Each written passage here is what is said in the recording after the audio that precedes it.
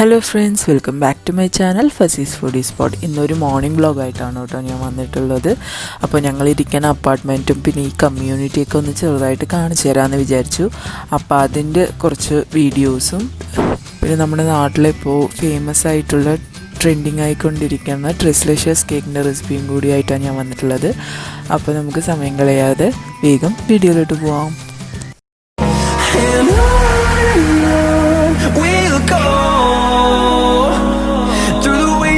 Through the highways till my shadow turns to sun rays, and on we'll go through the wastelands, through the highways, and on we'll go.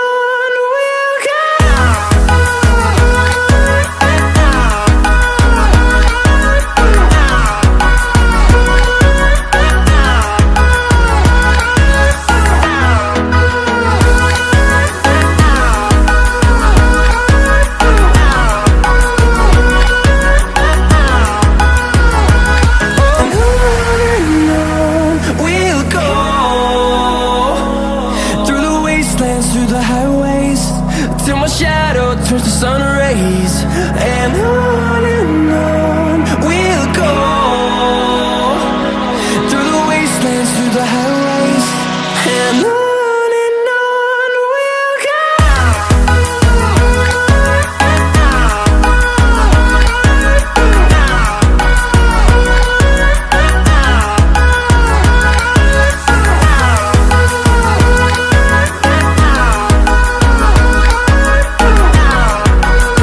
അപ്പോൾ രാവിലെ 8:30 കേട്ടോ. അപ്പോൾ ഇന്ന് ഞായറാഴ്ചയാണ്.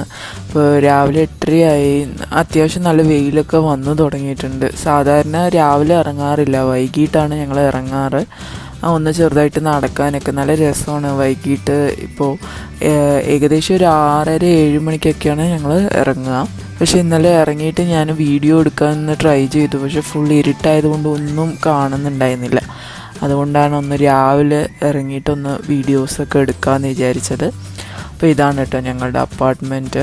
നല്ല രസമാണ് ഇവിടുത്തെ കമ്മ്യൂണിറ്റിയൊക്കെ. ഞാൻ എന്തായാലും ഒന്ന് കുറച്ച് വീഡിയോസൊക്കെ എടുത്തിട്ട് ഞാൻ കാണിച്ചു തരുന്നുണ്ട്. പിന്നെ ആ മരത്തിൻ്റെ അടുത്തില്ലേ, ആ കണ്ണതാണ് ജിം. പക്ഷേ ജിം ഇപ്പോൾ ഓപ്പണൊന്നുമല്ല, കൊറോണയൊക്കെ ആയതുകൊണ്ട് ഇപ്പോൾ ഓപ്പണൊന്നുമല്ല.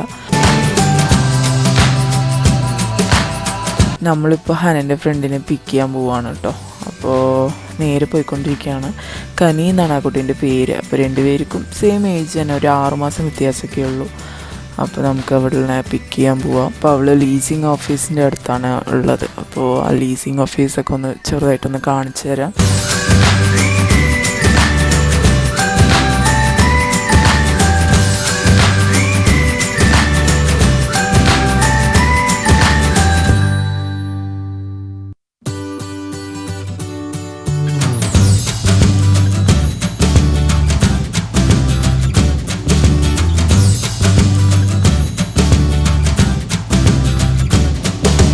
ഇത് ലീസിങ് ഓഫീസിൻ്റെ മുന്നിലത്തെ കാഴ്ചകളാണ് കേട്ടോ. നല്ല രസമാണ് ഈ മീനുകളൊക്കെ കാണാനായിട്ട്. ഞാൻ രാവിലെ ഇങ്ങനെ വന്നിട്ട് ഇതൊന്നും നോക്കിയിട്ടില്ല, അതുകൊണ്ട് തന്നെ ഇത് കുറച്ച് വ്യത്യസ്തമായിരുന്നു ഈ കളറും മീനിൻ്റെയൊക്കെ.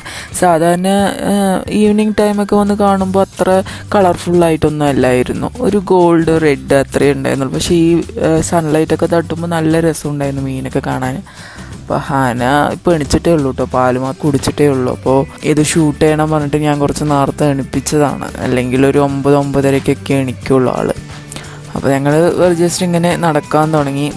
ഇതാണ് ഞങ്ങൾ അപ്പാർട്ട്മെൻ്റ് ഉള്ളിൽ തന്നെയാണ് കേട്ടോ നടക്കാറ്. ഇതാണ് കേട്ടോ ഈ അപ്പാർട്ട്മെൻറ്റിലെ വലിയ ലോൺ. സാധാരണ ഇവിടെയൊക്കെ സിനിമകളൊക്കെ അവർ ഇട്ട് കാണിക്കും, പ്രൊജക്ടറൊക്കെ വെച്ചിട്ട് കുട്ടികൾക്ക് ഒരു എൻ്റർടൈൻമെൻറ്റിന് വേണ്ടിയിട്ട്. അപ്പോൾ റിഫ്രഷ്മെൻറ്റും എല്ലാം ഉണ്ടാവും, നല്ല രസമായിരിക്കും പോവാനൊക്കെ. ഇപ്പോൾ കുറച്ച് ദിവസമായിട്ടില്ല. ഞങ്ങളിങ്ങനെ അപ്പാർട്ട്മെൻ്റ് ഉള്ളിൽ തന്നെയാണ് സാധാരണ നടക്കുക.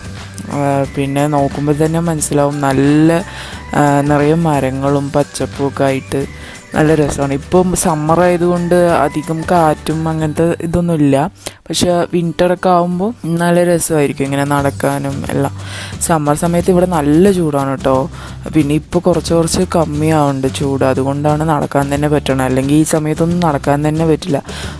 ഒരു 47 ഡിഗ്രിയൊക്കെ പോവും, 45-47 ഡിഗ്രിയൊക്കെ പോവും. അതുകൊണ്ട് ഇങ്ങനെ നടക്കാനൊന്നും പറ്റില്ല. അപ്പോൾ ഞങ്ങളിങ്ങനെ അപ്പാർട്ട്മെൻറ്റിൽ നിന്ന് കുറച്ച് വെളിയിൽ വന്നു. ഞങ്ങളിങ്ങനെ നടന്നുകൊണ്ടിരിക്കുകയാണ്.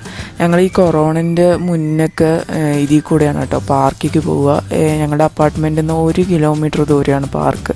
അപ്പോൾ കുട്ടികളിനെ കളിപ്പിക്കാനൊക്കെ അവിടേക്കാണ് കൊണ്ടുപോവുക. നല്ല രസമാണ്. പോകും പിന്നെ കുറച്ച് നേരം കളിപ്പിക്കും. ഫുഡൊക്കെ കൊണ്ടുപോകും. ബ്രേക്ക്ഫാസ്റ്റൊക്കെ അവിടെ കൊണ്ടുപോകും കുട്ടികൾക്ക് കൊടുക്കാൻ.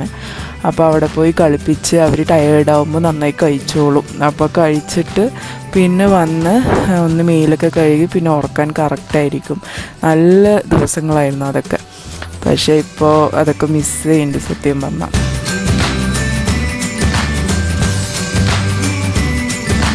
ഈ ലോണിൽ ഇങ്ങനെ കുറച്ചിങ്ങനെ കളിപ്പിക്കും കുട്ടികളെ. അപ്പോൾ ഞങ്ങളിങ്ങനെ നടക്കുമ്പോൾ ഈ ലോണിലൊക്കെ നിറയെ ലോണൊക്കെ ഉണ്ട് കേട്ടോ. അപ്പോൾ ഇങ്ങനെ ഏതെങ്കിലുമൊക്കെ ലോണിൽ കാണുമ്പോൾ ഇങ്ങനെ കളിപ്പിക്കും. എനിക്ക് ഹനൻ്റെ കൈ പിടിച്ച് നടക്കുന്നതാണ് പറയണത്. രണ്ടുപേര് വഴക്കും ആവും കേട്ടോ ഇടയ്ക്കിടെ. പിന്നെ നമ്മളെന്തായാലും കൂടെ തന്നെ വേണം.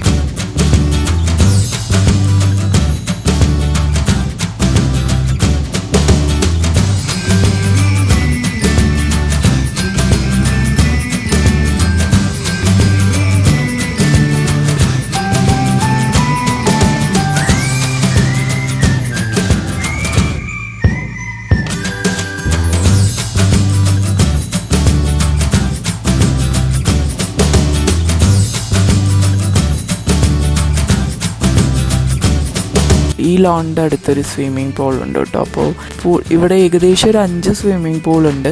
പക്ഷെ ഞങ്ങൾ ഇതുവരെ പോയിട്ടില്ല. ഞങ്ങൾ വന്നിരിക്കുന്ന സമയത്ത് വിൻ്റർ ആയിരുന്നു. അപ്പോൾ നല്ല തണുപ്പുള്ള സമയമായതുകൊണ്ട് പോകാൻ പറ്റിയില്ല. അപ്പോൾ സമ്മർ തുടങ്ങിയതിന് ശേഷം കൊറോണയൊക്കെ ആയതുകൊണ്ട് അതും അടച്ചു. ഇപ്പോൾ അതൊന്നും തുറക്കലും ഇല്ല. 5 സ്വിമ്മിങ് പൂൾ ഈ അപ്പാർട്ട്മെൻറ്റിൽ ഉണ്ടെങ്കിൽ ഇതുവരെ ഏത് പൂൾക്കും പോയിട്ടില്ല. അതാണ് സത്യാവസ്ഥ.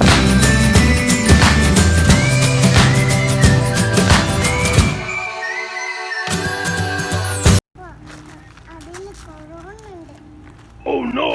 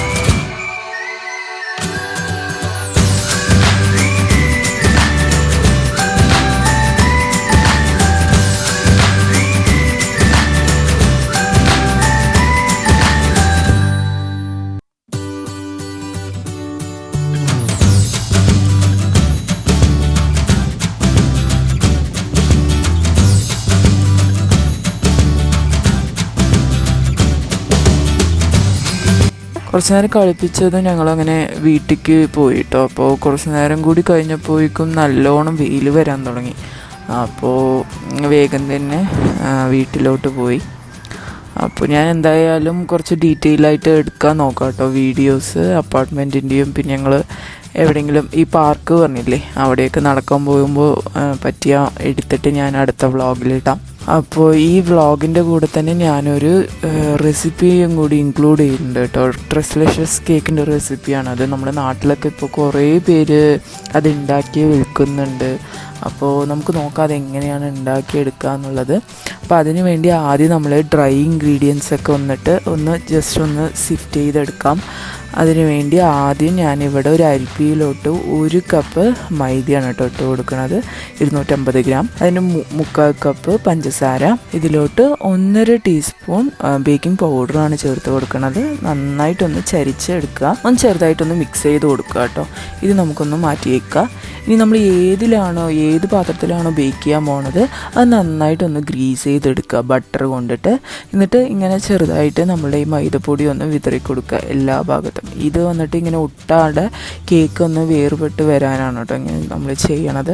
എന്നിട്ട് നമ്മളുടെ ഈ എക്സസ് ആയിട്ടുള്ള ഫ്ലോറൊക്കെ ഇങ്ങനെ ചെറുതായിട്ടൊന്ന് തട്ടി കൊടുക്കുക. അപ്പോൾ ബേക്കിംഗ് ട്രേ റെഡിയാണ്. ഇനി നമുക്ക് വെറ്റ് ഇൻഗ്രീഡിയൻസ് ഒന്ന് റെഡിയാക്കി എടുക്കാം. ഈ റെസിപ്പിക്ക് 5 മുട്ടയാണ് കേട്ടോ വേണ്ടത്. അപ്പോൾ മുട്ട ഇങ്ങനെ കൂടുന്നത് കൊണ്ട് നല്ല സോഫ്റ്റാണ് സത്യം പറഞ്ഞാൽ ഈ ഒരു കേക്ക്. ഈ 5 മുട്ടൻ്റെ എഗ് വൈറ്റ്സും എഗ് യോക്സും വേറെ വേറെ ബൗളിലോട്ട് ഇട്ട് കൊടുക്കുക. എന്നിട്ട് ഈ എഗ് വൈറ്റ്സ് നന്നായിട്ട് ബീറ്റർ കൊണ്ടിട്ട് ഹൈ സ്പീഡിൽ നന്നായിട്ടൊന്ന് ബീറ്റ് ചെയ്തെടുക്കുക കേട്ടോ. ഒന്ന് നന്നായിട്ട് ഇങ്ങനെ പതഞ്ഞ് വരും, ആ സമയം വരെ ഒന്ന് ബീറ്റ് ചെയ്തെടുക്കുക.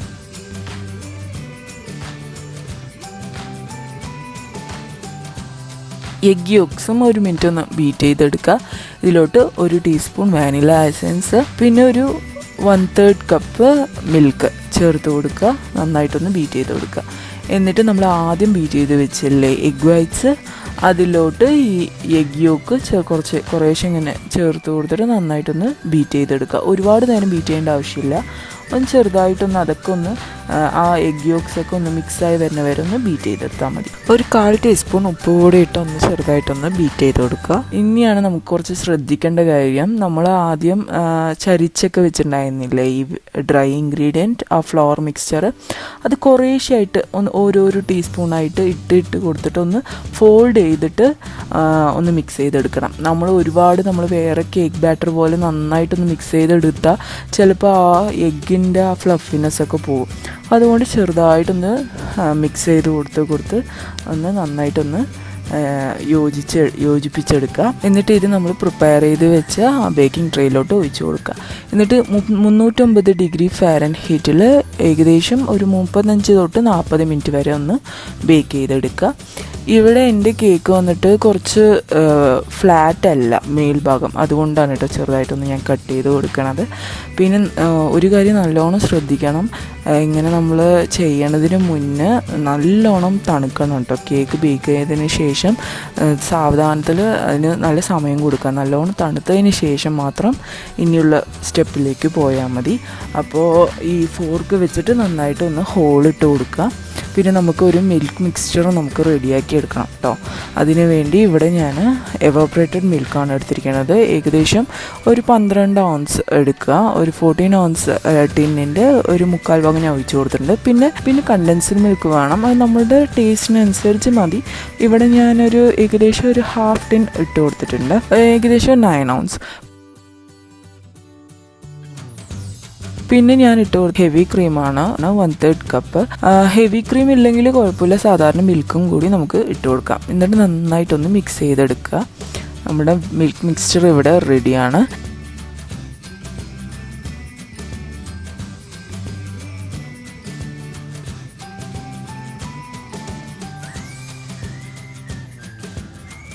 ഇനി ഈ മിൽക്ക് മിക്സ്ചർ നമ്മുടെ ആ കേക്കിൻ്റെ മുകളിലോട്ട് ഒഴിച്ച് കൊടുക്കുക കേട്ടോ. അപ്പോൾ ഇതിനാണ് നമ്മൾ അങ്ങനെ ഹോൾസ് ഇട്ട് കൊടുത്തത്. അപ്പോൾ അങ്ങനെ ഹോൾസ് ഇടുന്ന സമയത്ത് നമ്മളിങ്ങനെ മിൽക്ക് ഒഴിച്ചതും നന്നായിട്ടൊന്നിങ്ങനെ സക്ക് ചെയ്തെടുക്കും. നന്നായിട്ടത് കുതിർന്ന് നല്ല ടേസ്റ്റാണ്. നമ്മൾ ഉണ്ടാക്കി വെച്ച ആ മിൽക്ക് മിക്സ്ചറില്ല, അതിൻ്റെ ഒരു 1/2 ഭാഗത്തോളം ഇങ്ങനെ ഒഴിച്ചു കൊടുക്കുക. ഫുള്ളും അങ്ങനെ ഒഴിച്ചു കൊടുക്കേണ്ട ആവശ്യമില്ല. എന്നിട്ട് അടച്ച് വെച്ചിട്ട് ഒരു മണിക്കൂർ ഒന്ന് ഫ്രിഡ്ജിലൊന്ന് വെക്കണം കേട്ടോ. അതിൻ്റെ ഇടയിൽ നമ്മൾ സാധാരണ വിപ്പിംഗ് ക്രീം ഒന്ന് വിപ്പ് ചെയ്തെടുക്കുക. ഞാനിവിടെ വിപ്പിംഗ് ക്രീമിൽ പഞ്ചസാര ഒന്ന് ആഡ് ചെയ്ത്, ഞങ്ങൾക്ക് അത് ഓക്കെയാണ് ആ സ്വീറ്റ്. അപ്പോൾ നിങ്ങൾക്ക് കൂടുതൽ മധുരം വേണമെന്നുണ്ടെങ്കിൽ വിപ്പിംഗ് ക്രീമിൽ ഇടാം കേട്ടോ. പിന്നെ ഈ വിപ്പിംഗ് ക്രീം ആക്ച്വലി ഇതൊരു ഓപ്ഷണലാണ്, അതൊരു ഭംഗിക്ക് വേണ്ടി ഞാൻ ചെയ്തതാണ്. നമ്മൾ സാധാരണ വീട്ടിൽ ഇങ്ങനെ കഴിക്കാൻ വേണ്ടി ഉണ്ടാക്കുകയാണെങ്കിൽ ഇത് വേണമെന്നില്ല കേട്ടോ.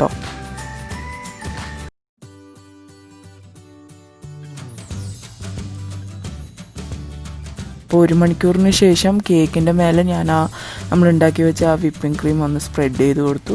എൻ്റെ കയ്യിൽ പൈപ്പിംഗ് ബാഗ് ഉള്ളത് കൊണ്ട് ഞാനിങ്ങനെ കുറച്ച് ഡെക്കറേറ്റൊക്കെ ചെയ്തു കേട്ടോ. ഞാനിങ്ങനെ കുറേ ഇൻസ്റ്റാ പിക്കൊക്കെ കണ്ടപ്പോൾ ഇങ്ങനത്തെ സംഭവമായിരുന്നു, എന്താ പറയുക, ലെഷസ് കേക്ക്. അപ്പോൾ എനിക്കും ഇങ്ങനെയൊന്ന് ഡെക്കറേറ്റ് ചെയ്തെടുക്കണം എന്നൊരാഗ്രഹം, അതുകൊണ്ട് ഞാൻ ചെയ്തത്.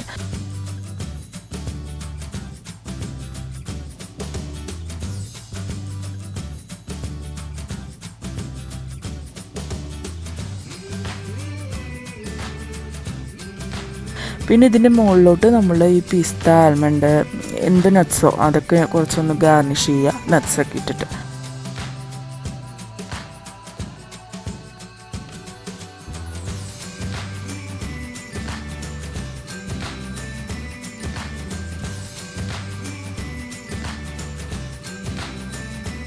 അപ്പം അത്രയേ ഉള്ളൂ.